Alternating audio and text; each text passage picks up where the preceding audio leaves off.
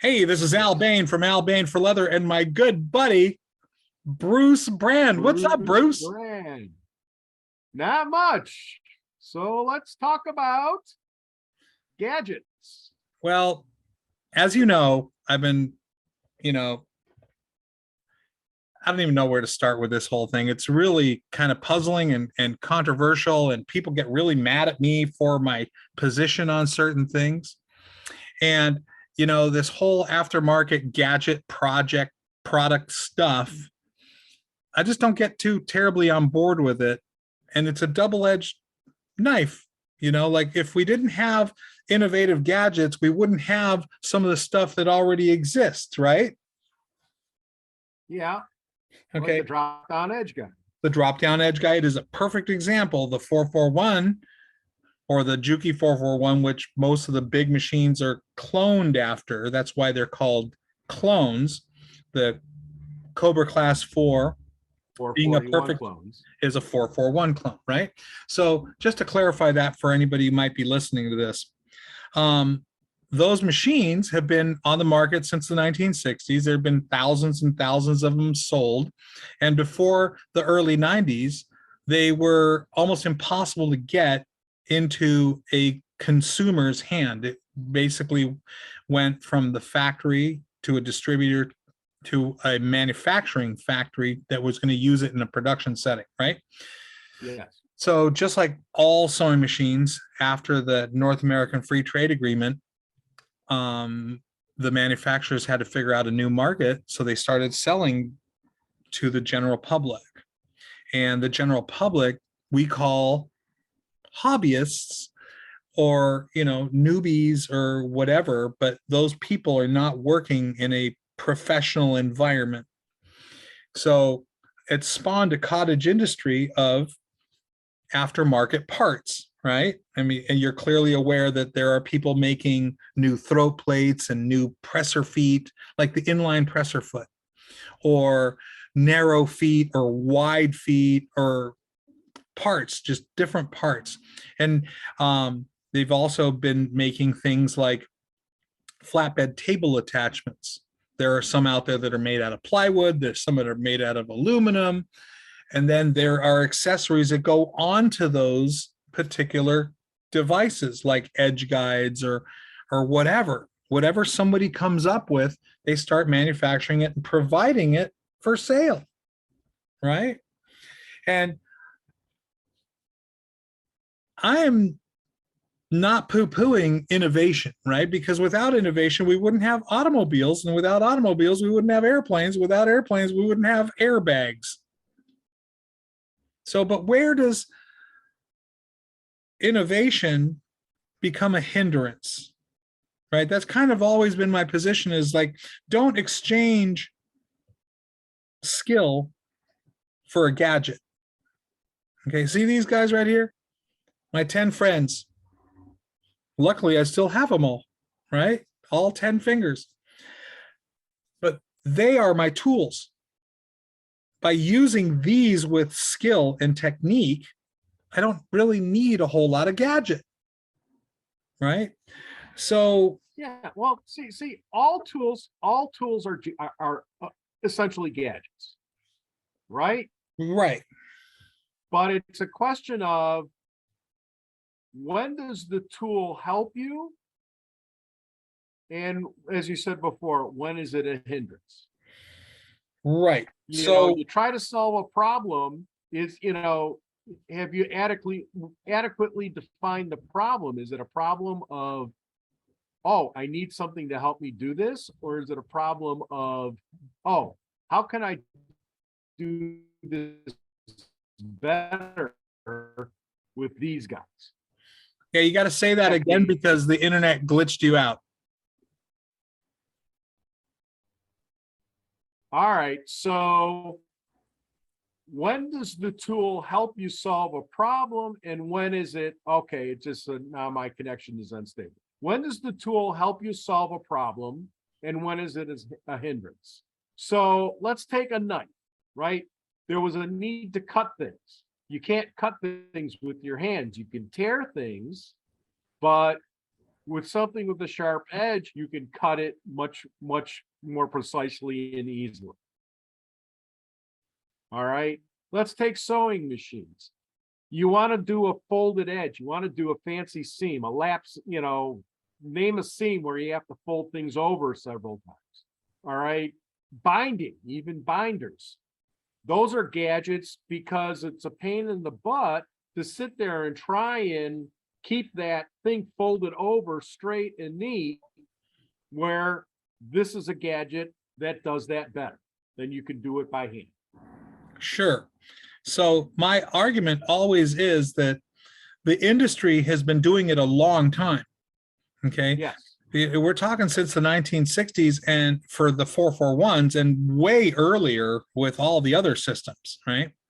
So the industry's been doing it a long time. And if we look at the way they do it in a production environment, and as you know, a machine was set up at a workstation to do one process, right? So you put a binder on a machine and it does nothing but binding. And then you have another machine that does nothing but top stitching for the pocket or whatever. And you get 10 machines in a row. And by the end of the row, you've got a finished item, right? Just to clarify for anybody who might be listening. So these machines are designed to be set up like that. But now we have a hobbyist, okay? And they come into the picture and they want to make, I mean, how many times have you heard this in the tips and tricks group where, hey, I'm just getting started and I don't know which machine to buy. And I want to make a wallet and a holster and maybe a duffel bag and a pair of chaps. Well, right there, you got 3 different machines. You need a flatbed for some of the chaps. You need a smaller cylinder bed for the wallets, or maybe even the flatbed can work okay for the wallets. And then you need a heavy machine like the class 4 to make your holsters, right? So, but they only want to buy one machine.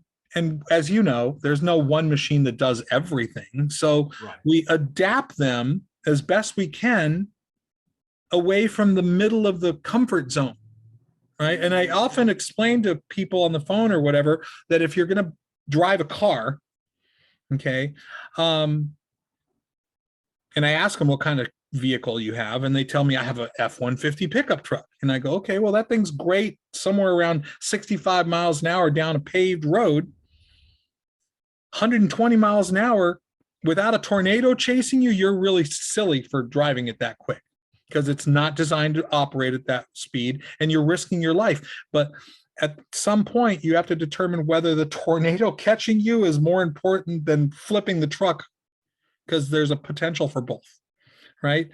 And then, so in America, all the cars are designed to go somewhere around 80 miles an hour. So 150 miles an hour in my Corvette, that's just stupid. I don't care how fast that thing's designed to go. It starts getting really light because all the air going past it starts floating around, and 150 miles an hour is really dumb unless there's a tornado.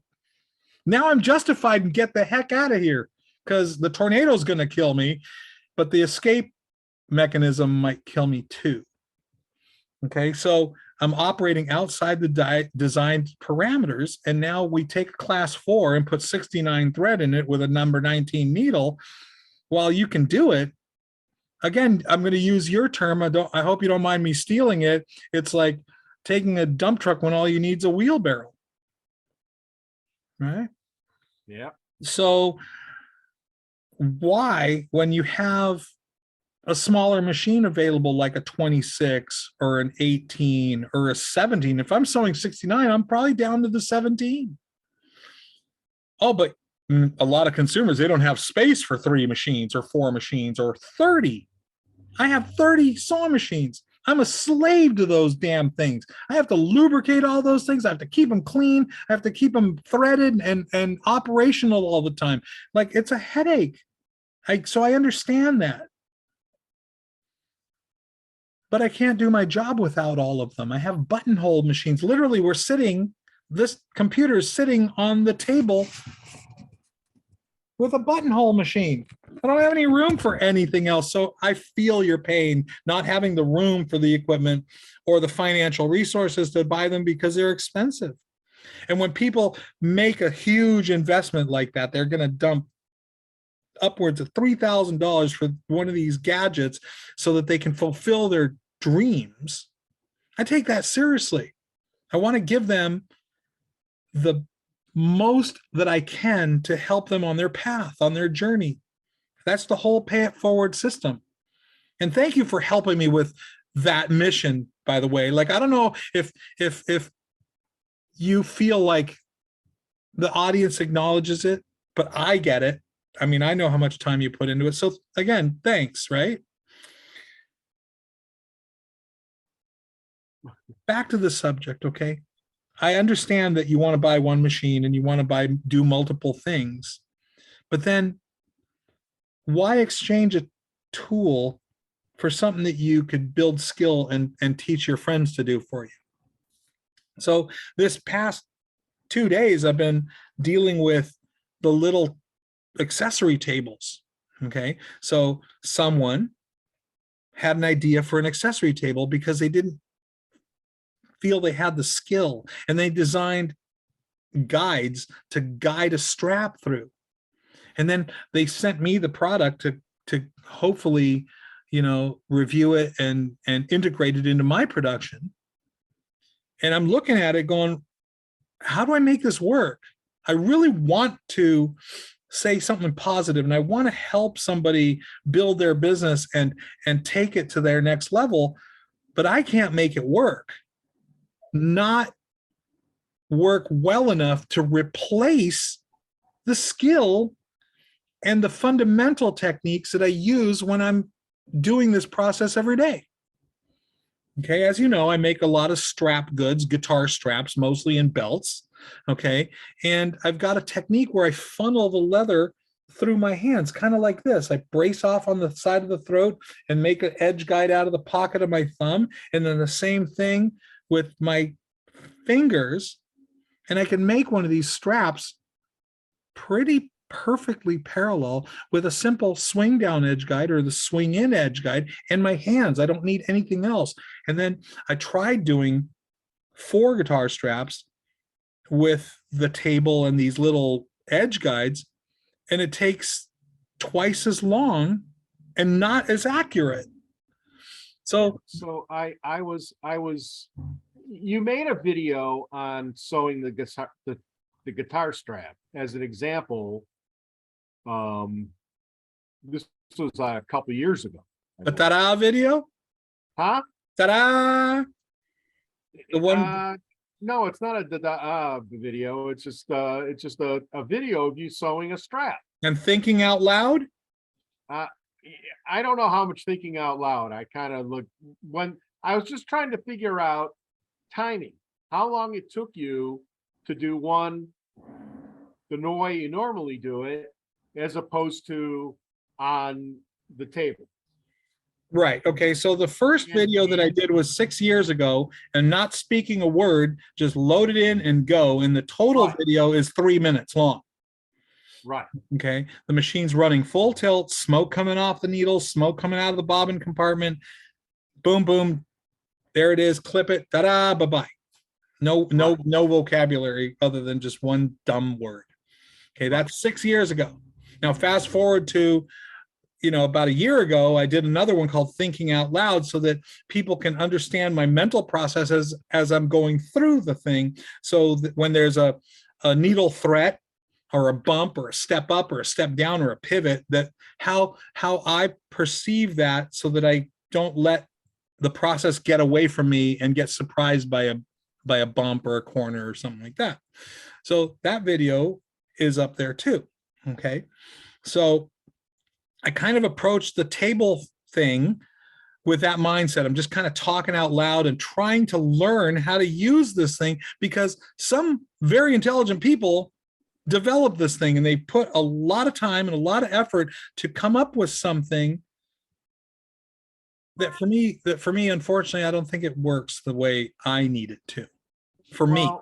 Well, the thing that I noticed is how many extra steps you had to put into the process of moving so when you get to a point where you go from the thin part of the strap to the thicker part of the strap, you have to lift one side of the strap over the guide so that it's not forcing you out of Off track. position. Yeah. All right. All those extra movements add up. So it's the same thing. Why do we like the EPS? Because it takes away having to stop and manipulate the hand wheel. Right. So is it There's a easier? gadget that works. Absolutely. So is it easier for the newbie? Okay, that's really the question. Like, so we Right. get a brand new user, a brand new operator, just bought this new machine. And the first thing I do is I refer them to the spiral exercise video. Hold the thread Right. and do this exercise, get the feel of the machine. Okay, do those a few times. And then I usually recommend they do something really generic like belts. Go get a side of leather, cut it into 20 strips, and make 20 belts. Invest that $100 into yourself. Part of your education, part of the cost of startup. A cone of thread, 20 belts. Do the fundamentals. Learn how to guide that strap. Listen to the machine. Here I'm doing the crazy sign, but listen to the machine while you're doing it. Watch all the parts move. Get accustomed to the feel of the machine and get accustomed to the throttle and making it go really fast. You at least did. Or going slow when you need it to. Absolutely. Learn how to do a 180-degree turn, a nice round point on a belt. By the end of the 20 straps, you got the feel, right? And then all your friends have a spare belt, or they don't, whatever, but it's just a dumb $100. The next hide is going to cost you another $100, but out of the first 5 belts, you'll recoup all your investment and your fingers now have skill. Okay. Why do they need some added device that makes it more complicated? Now, reviewing the tabletop, there's a notch in their edge guide. It's cut out. And I'm like thinking to myself, they must have a logical reason for that. Nobody's going to put that much effort into making this part that has a weird thing in it. I see Parker's tail wagging, by the way. Hi, Parker. Yeah. So it turns out they notched it so that someone with silly little dog, someone with a wide foot can still sew up against the edge. Yeah. So my thinking is, why would you do it with the wrong tool in the first place? If you want to be up against the edge, you use a left toe or a right toe and you stitch right up against the edge. You don't need the foot hanging off. It doesn't make any sense. And if you buy a complete toolkit with your class 4, it's got a double toe and a single toe and a left and a right. Yeah, Well, put the right foot on there. Yeah, you have to get the premium package to get the single toe feet. Yeah, but if you're going to make belts, you want your left toe foot. Ta-da! I mean, it's obvious. But then they're going to argue with me about that logic. You got a brand new operator who's already task loaded just holding the thread. And now they're task loaded by devices that make it harder for them. When if they just do 10 spiral patterns and use a flip down or a swing in edge guide, or even a magnetic one and some tape, they'll do the same job faster and easier with less task load. As long as they're developing in a building block manner, one skill at a time, building block, one little skill. 20 straight edges, 40 straight edges, 20 180-degree turns, load in, load out, bobbin change, monitor bobbin. I put it in my ear because I can hear the bobbin running low on thread. And if I do enough of the same thing, I know I can get 3 complete guitar straps out of 1 bobbin. Yeah, So well, people always, and as you know, I belong to a lot of different groups. and a Facebook lot of groups. sewing machine groups. Yeah, yeah. And the question that always comes up, how do you know when the bobbin's running low? It's experience. Well, I tell them to listen. Go Yeah, make some but stuff, and you can hear the machine when it's full, and the bobbin kind of thunders, click, click, click, click, click, and then it gets lighter, click, click, click, click, click, click, click, and you can hear the bobbin rattling around. yeah, but it's also, you know, you can get 3 straps out of a full bobbin. Right. So when I'm preloading But my feed table, I stack them in threes. yeah, but you know that because you've sewn enough straps to know that you can get 3 bobbins out of it. So Absolutely. it's the same thing. You have to get an experience to know how much sewing you can do. And guess what? You can always open the case and pop it out a little bit and take a look at it. You Yeah. should be able to look at it and say, okay, I've got a couple feet worth of seam here. I can do it or I can't do it. You make up your own judgment, right? Right. So with that being said, we get these gadget builders and they want to attempt to overwhelm me with their logic and change my mind about their gadget. Like the inline presser feet. I don't care who you are. If you're right up against the edge and you turn it, the rear foot will be off the leather, and now you can't do it. So you have to turn it the opposite way and make an accommodation for the inconsistency of the part. Oh, but it doesn't leave any marks on the outside of the inner foot. So they're willing to compromise the marking for the function. Okay, well, great. Go ahead, do that. Your shop, finish it for me. Your rule. Your shop, your My rules, shop, my shop. my rule. That's Your it. shop. That's it. So if you really want to do that, go ahead. But I don't think you need to spend that money when you can just invest in your own skill. And I know that's controversial, and I know people get really pissy about it. Who do I think I am? I'm just some crazy guy in Hollywood. But we're running out of time. The computer's telling me that I got to buy the pro version. But all right, so talking about skills, we got to run it. We're running out of time. We got to either do it in another meeting or call this one a day. all right, let's start another meeting. All right, I'll call you back. All right. Bye.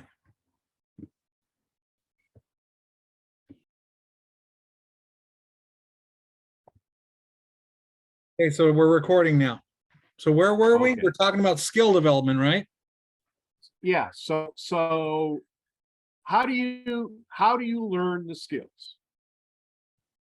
Well, it's called the principle of primacy. If we really have to get involved with that, I mean, it's a long topic, but it's the first thing you learn is what you revert to. So if you learn to rely on a device, a tool, or a gadget, then you're kind of stuck doing it that way. But if you learn to use simple methodologies, then you'll always revert to those. Okay, so for me, an edge guide is my finger. There's the throat of the machine. I put my finger alongside the leather and I let the leather slide along my finger. Pretty straightforward. Okay, so then the next edge guide would be a magnet. They stick a magnet there.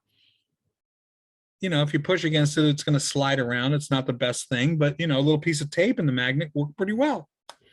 And then the next cool gadget is a fixed edge guide. So you can bolt them down. There's all kinds of edge guides, but which one works best in a particular application, right?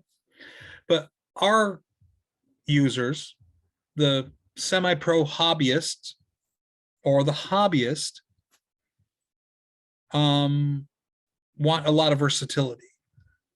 Okay, but I find that they don't really want to invest the time in the skill development because they'd rather buy a tool.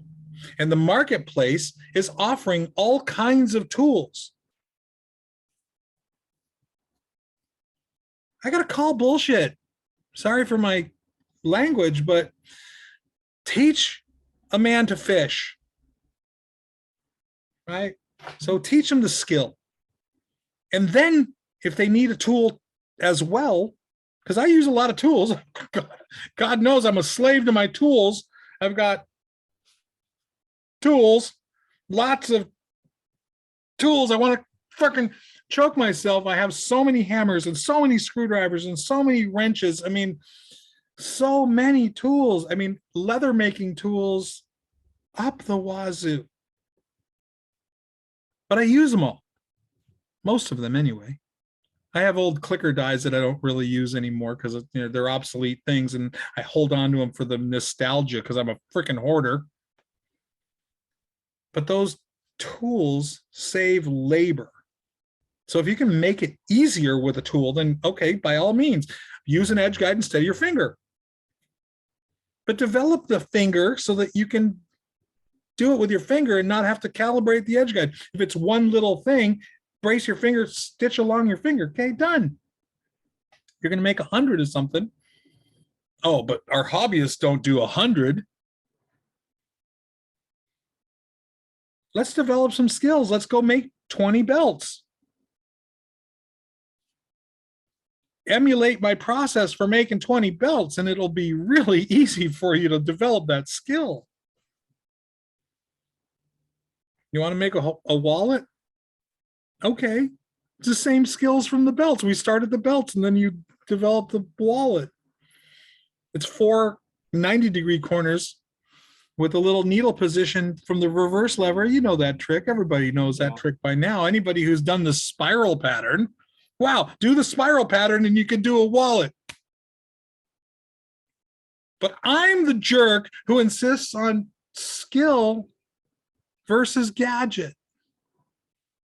And of course, the gadget vendor is going to be mad at me and tell me that I'm an ass. I mean, who was that guy with the throw plate and the presser feet flaming us in the tips and tricks? I gave him my response. Not one word from him lately. Not one word from his friend who's demoing the stuff against our group rules. Why do you think we have our group rules, Bruce? To prevent that sort of thing. Yeah, we don't allow spam because we don't want to clutter the conversation with nonsense, man. I got work to do. I've got a mountain of stuff to get done. I have people to feed, man. I'm a working professional leathersmith, and if you don't realize that it's an ongoing struggle between poverty and wealth, and it all stops when the machine stops running, I got to get back to work. And if I get a notification that somebody posted something on Facebook, I want to honor them and their investment and their desire to learn. So I stop feeding my family for that moment and give them the attention, just like you do. And then we answer their question the best we can, and then we get flamed for being real about it. I don't understand people like that who think like that. Well, they have their agenda, right? They want to sell their useless gadget. And the consumer wants to embrace the gadget and not embrace their skill. Look at these guys. There they are. 10 skilled toys. So I guess what I'm trying to say is embrace the skill, not the gadget, until you need the gadget because it makes the process easier. Labor-saving devices, not hindering devices. It's an uphill battle, isn't it, Bruce? We do the best we can. And all we ask is one thing. What? Pay it forward. Pay it sideways, please. Pay it forward with a little peace sign, because we have good intentions. I have a good intention. I just want people to benefit from their investment. Yeah, well, it's getting on that. It's we take what we do here as a responsibility, which is why we stop when we get a notification. We stop what we're doing and try to get on it right away, because somebody is sitting and waiting for an answer. Because they're having a And problem. if we don't get to it right away, you get a lot of wrong answers. Oh my God. I do it like this. I've been doing it like this forever, my whole life. And what do you call Yeah, those that's kind what, of answers? that's what I call the shop specific solution. It works in that shop, but it may not work in another shop. Right. But people are going to try it anyway. And then they foul it up. And now they've got Yeah. two problems. Yeah, we could go on forever with this stuff. Something as simple as don't waste your time checking the thread path. Just rethread.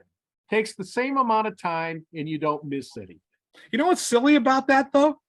Well, I find myself checking the thread path and I start looking, do like a big dummy, and I go, what the heck am I doing? And I just cut the thread, pull that section out of the thread and start over, and it solves the problem almost every single time. Wait, what's the other thing we do right there? change the needle. Thank you. Even the class 4 needles, which are expensive as needles go, those 794 are cheap. Shoot. And thread. My client's here. Incoming transmission. I gotta scoot. Hold on a sec. All right. Hold on. Don't hang up. Albane. Okay, I'll be right there. Give me one moment. You see the van in the driveway? Okay, I'll be right there. Give me one moment. Thanks. All right, I gotta go. This has been Albane for Leather, and Bruce Brand. Roundtable discussion about gadgets. All right, Bruce, do me a favor, buddy. Please pay it forward. Peace on. All right, bro. Bye.